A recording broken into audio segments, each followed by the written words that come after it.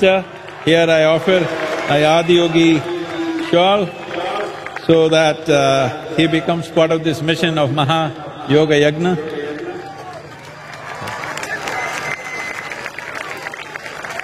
And I request Amit Bhai to say a few words, please.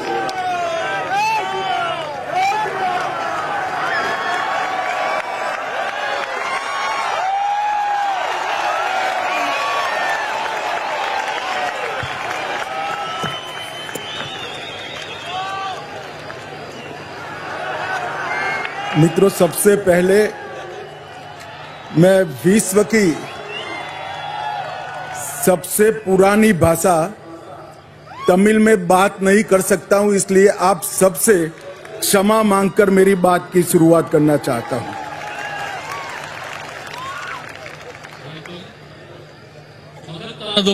தெய்வீகமானதுமான Tamil மொழியில் பேச இயலாமைக்காக நான் வருந்துகின்றேன்.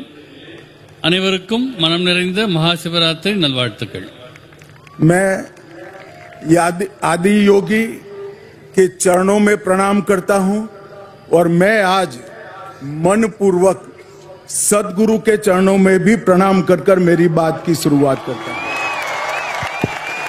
ஆதி யோகியின் திருவடிகளுக்கு என்னுடைய வணக்கங்களை தெரிவித்துக் கொள்கிறேன். சத்குரு அவர்களுடைய திருவடிகளுக்கு என்னுடைய வணக்கங்களை தெரிவித்துக் கொள்கின்றேன். आप सभी को महाशिवरात्रि की बहुत बहुत शुभकामनाएं. மகாசிவராத்திரியில் ஒரு அங்கமாக வருகை தருவதை நான் மிகுந்த மகிழ்ச்சி அடைகின்றேன். मैं अपने आप को बहुत सौभाग्यशाली मानता हूं कि आज सदगुरु के निमंत्रण पर मैं यहां आया. मुझे आदि योगी के दर्शन हुए. महाशिवरात्रि में महादेव की महिमा के महापर्व में शामिल होने का मुझे मौका देने के लिए फिर से एक बार सदगुरु जी का बहुत बहुत धन्यवाद. சத்குரு அவர்களுடைய அழைப்பை ஏற்று ஆதி யோகியினுடைய தரிசனத்தை பெறுவதிலேயும் மகாதேவரின் மகத்துவத்தை வெளிப்படுத்தக்கூடிய மகாசிவராத்திரி என்கிற பிரம்மாண்டமான விழாவில் அங்கமாக திகழ்வதையும் பெரும் பேராக கருதுகிறேன். அதற்காக சத்குரு அவர்களுக்கு மிகுந்த நன்றி தெரிவித்துக் கொள்கிறேன்.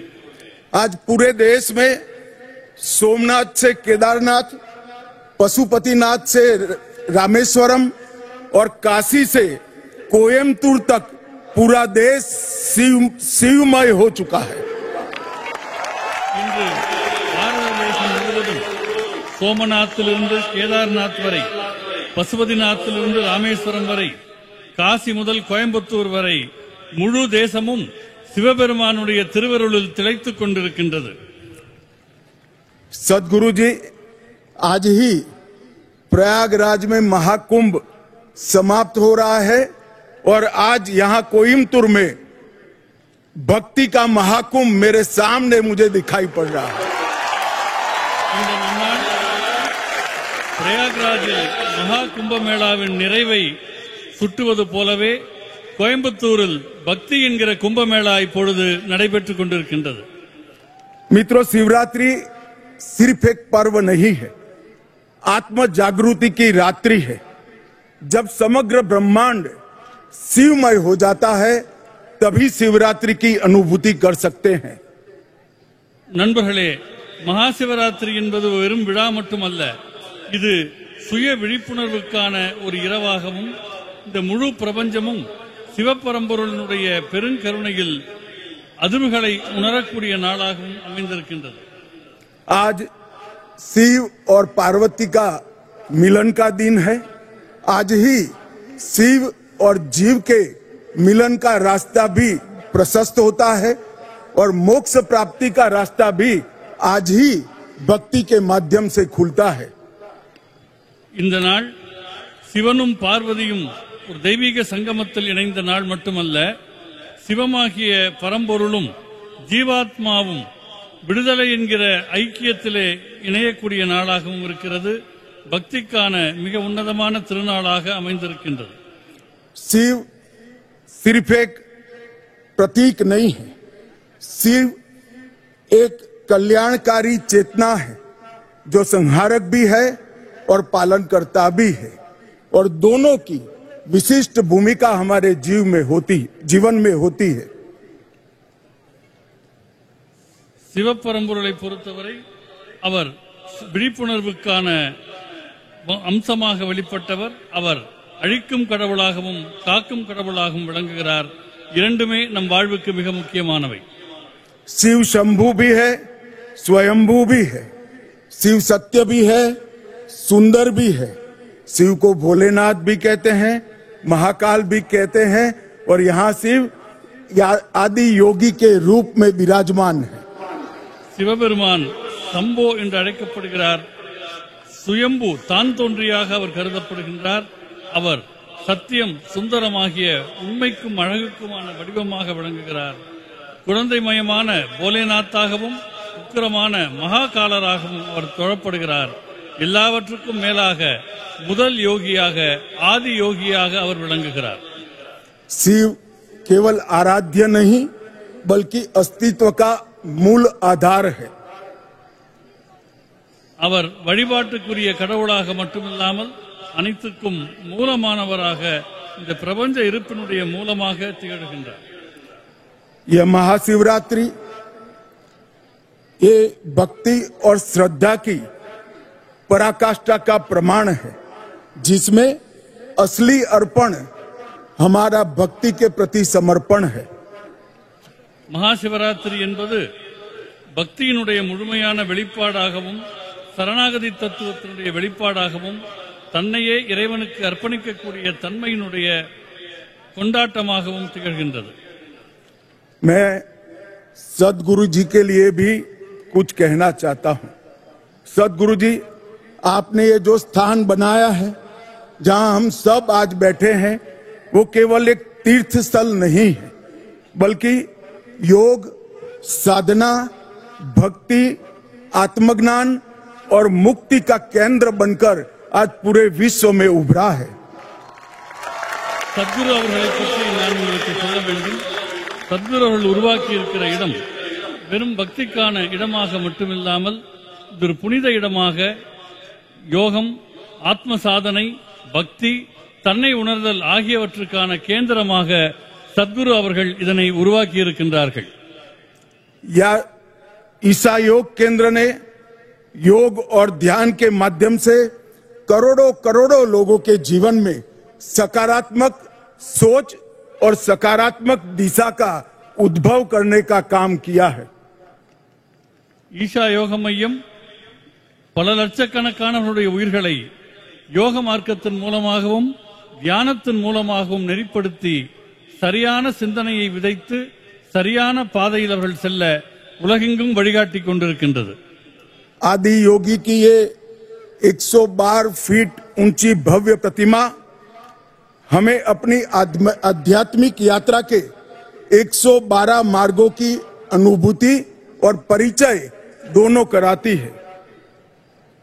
112 அடி உயரத்தில் நிற்கக்கூடிய ஆதியோகியின் திருவுருவமானது விடுதலைக்கும் ஆன்ம விடுதலைக்குமான 112 பாதைகளை நினைவூட்டுவதோடு சிவபெருமாள் அடைந்த அந்த தன்மையை அடைவதுதான் ஒவ்வொரு மனிதருக்கும் இருக்கிற லட்சியம் என்பதை உணர்த்துகின்றது. और हमें यहाँ आकर ही मालूम पड़ता है कि जीवन का अंतिम लक्ष्य शिवत्व की प्राप्ति करना है। வாழ்க்கையினுடைய மிக முக்கியமான நோக்கம் சிவத்தன்மையை அடைவது என்பது இந்த இடத்திற்கு வருகை புரிகிற போது நமக்கெல்லாம் நன்றாக புரிகின்றது. ईसा योग आज ईश्वर से युवाओं को विशेषकर ईश्वर से जोड़ने का माध्यम बन गया है। ஈஷா யோக மையத்தின் மூலமாக இளைஞர்கள் ஆன்மீகத்துக்கும் நல்ல நெறிக்குமாக தங்களை இணைத்துக் கொள்வதற்கு வாய்ப்பு மலர்ந்திருக்கின்றது. यहाँ आकर व्यक्ति चेतना से ब्रह्म चेतना की ओर, स्वार्थ से परमार्थ की ओर और सेल्फ से यूनिवर्स तक की यात्रा की अनुभूति कर सकता है। இங்கே மனிதர்களுக்கு கிடைக்கக்கூடிய அனுபவமானது தனி மனித விழிப்புணர்விலிருந்து பிரபஞ்ச விழிப்புணர்வு நோக்கிய பயணம், தன்னையே தன் நலனையே நினைத்துக் கொண்டிருக்கும் நிலையிலிருந்து தன்னலமற்ற நிலையை நோக்கிய பாதை, தான் என்கிற தன்மையிலிருந்து பிரபஞ்ச உணர்வு என்கிற மடைமாற்றம் ஆகியவை ஈஷா யோக மையத்தில் மனிதர்களுக்கு அனுபவத்திலே கிடைக்கிறது. सदगुरु जी, आपने न केवल युवाओं को धर्म के साथ जोड़ने का काम किया है, युवाओं के सामने धर्म की बुद्धिगम्य व्याख्या को भी रखा है. இளைஞர்களையும் ஆன்மீகத்தையும் இணைப்பதில் சத்குரு அவர்கள் மகத்தான பங்கை ஆற்றியிருக்கிறார்கள். மிகுந்த ஞானம் கொண்டதும் அதே நேரம் தர்க்கபூர்வமானதுமாக நம்முடைய தர்மத்தினுடைய மேன்மைகளை அவர்கள் இளைஞரிடம் கொண்டு சேர்த்துக் கொண்டிருக்கிறார்கள். मित्रों, आपने अंग्रेजी में एक कहावत जरूर सुनी होगी, a mystic man on A mission. हमारे सदगुरु जी के लिए शायद ये शब्द बना है, एक कहावत बनी है. நண்பர்களே, நம்முடைய சத்குரு அவர்களை நான் உங்களுக்கு வர்ணிக்க வேண்டுமென்றால் எனக்கு ஒரு வாசகம் தோன்றுகிறது. ஒரு லட்சியத்தோடு இயங்கிக் கொண்டிருக்கிற ஒரு ஞானி என்ற சொற்களை கொண்டு சத்குரு அவர்களை நான் வர்ணிக்க விரும்புகின்றேன். सदगुरु जग्गी वासुदेव आज पूरी दुनिया भर को जीने का रास्ता सिखा रहे हैं. சத்குரு ஜகி வாசுதேவ் அவர்கள் உலகம் முழுமைக்கும் உண்மையாக வாழக்கூடிய கலையினை போதித்துக் கொண்டிருக்கின்றார்கள்.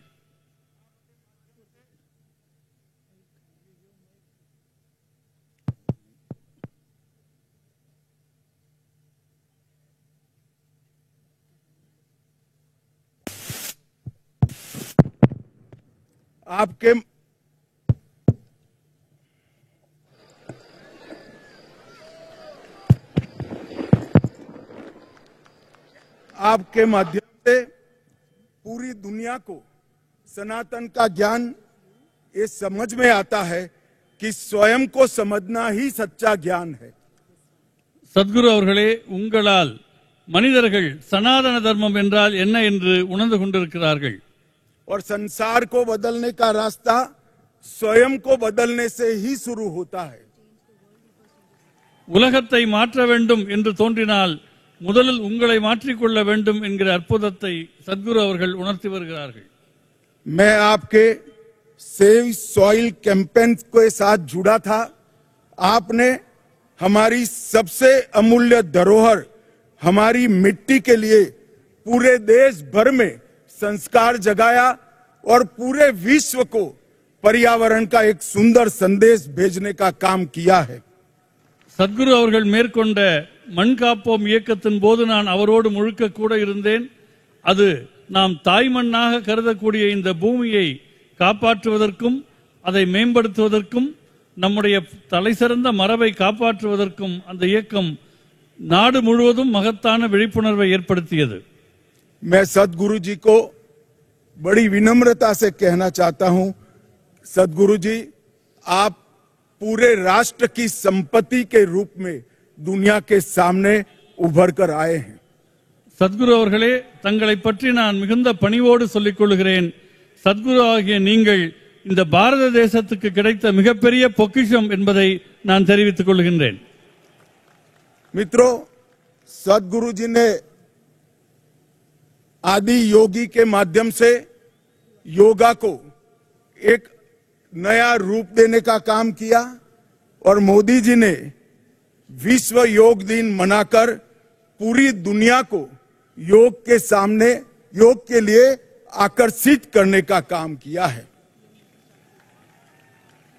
சத்குரு அவர்கள் ஆதியோகி வழியாக யோகக்கலை குறித்து ஒரு மகத்தான விழிப்புணர்வை ஏற்படுத்தி இருக்கிறார்கள். அதனுடைய தாக்கத்தின் நீட்சியாக மாண்புமிகு பாரத பிரதமர் அவர்கள் சர்வதேச யோகா தினத்தை அறிவித்தார்கள்.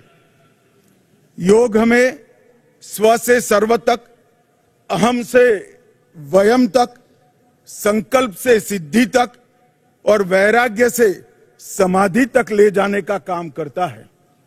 யோக மரபானது தன்னலம் என்ற நிலையிலிருந்து பிரபஞ்ச உணர்வுக்கும், அகங்காரத்திலிருந்து ஒற்றுமைக்கும், தீர்மானங்களிலிருந்து தன்னை உணர்தலுக்கும், பக்தி நிலையிலே இருந்து அடுத்த பரிணாமத்திற்கும், அறியாமையிலிருந்து ஞானோதயத்திற்கும் யோகக்கலை அழைத்துச் செல்கிறது.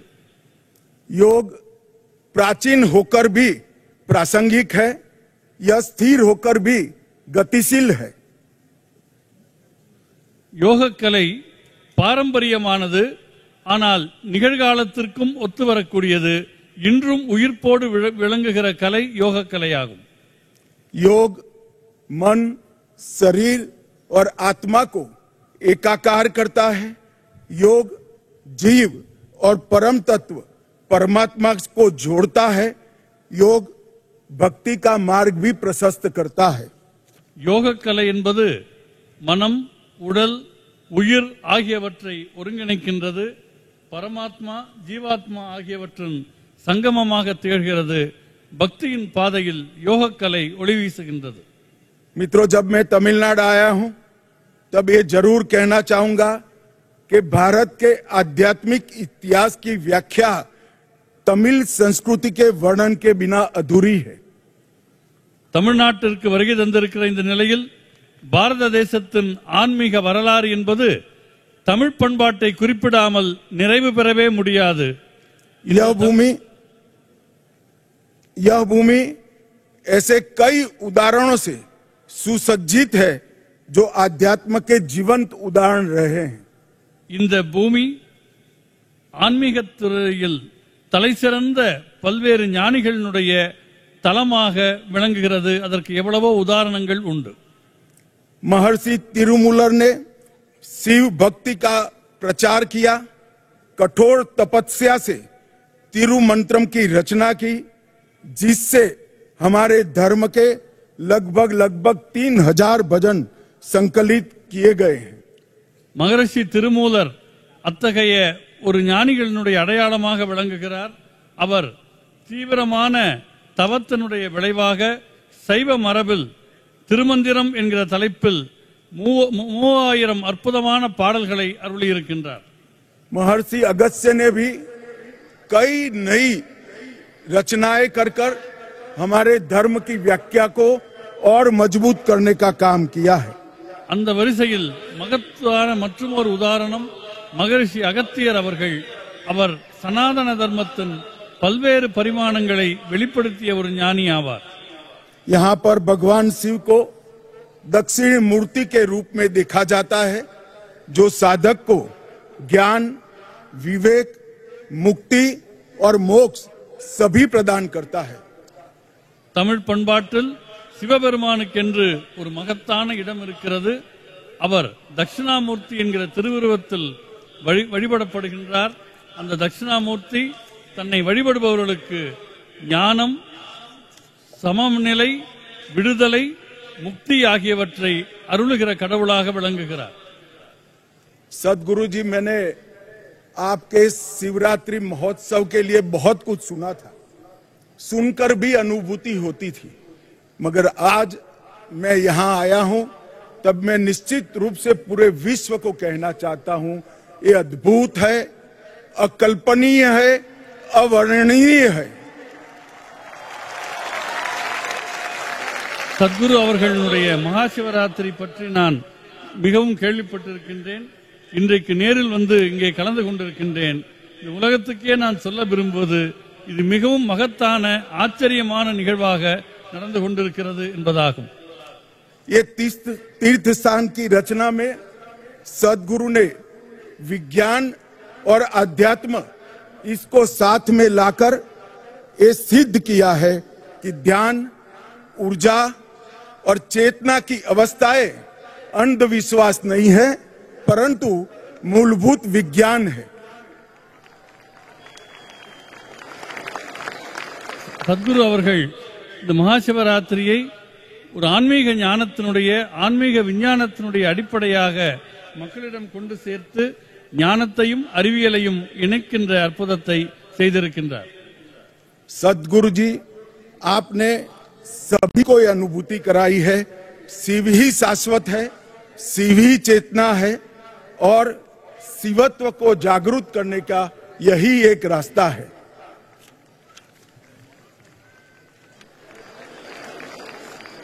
நம்முடைய உள்நிலையில் விழிப்புணர்வு பெற வேண்டும் என்றால், சிவத்தை தனக்குள்ளே உணர வேண்டும் என்றால், அதற்கு மிக உன்னதமான வழியாக இந்த வழிபாடு திகழ்கின்றது. मैं ज्यादा समय लेना नहीं चाहता, पूरे भक्तगण आज यहाँ शिवरात्रि महोत्सव में उपस्थित हुए हैं। मैं आशा करता हूं कि हम सब यहां से शिव तत्व को स्वयं में समाहित कर शिवांग बनने की ओर आगे बढ़ेंगे। सद्गुरु जी का फिर से एक बार बहुत बहुत धन्यवाद, प्रणाम। நான் அதிக நேரம் எடுத்துக்கொள்ள விரும்பவில்லை. அனைவரும் சிவராத்திரியை கொண்டாடி மகிழுங்கள். மிகுந்த மகிழ்ச்சியை தெரிவித்துக் கொண்டு என் நன்றியை தெரிவித்துக் கொள்கின்றேன். தனிமனித விழிப்புணர்வுக்கு சிவ வழிபாடு எவ்வளவு முக்கியம் என்பதை உணர்த்தும் சிவராத்திரி நாளில் உங்களுக்கு என் வாழ்த்துக்களை தெரிவித்துக் கொள்கிறேன்.